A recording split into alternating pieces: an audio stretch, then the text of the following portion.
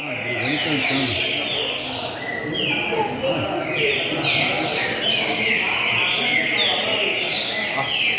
subida dele que é top, né? E a sobe já na rua.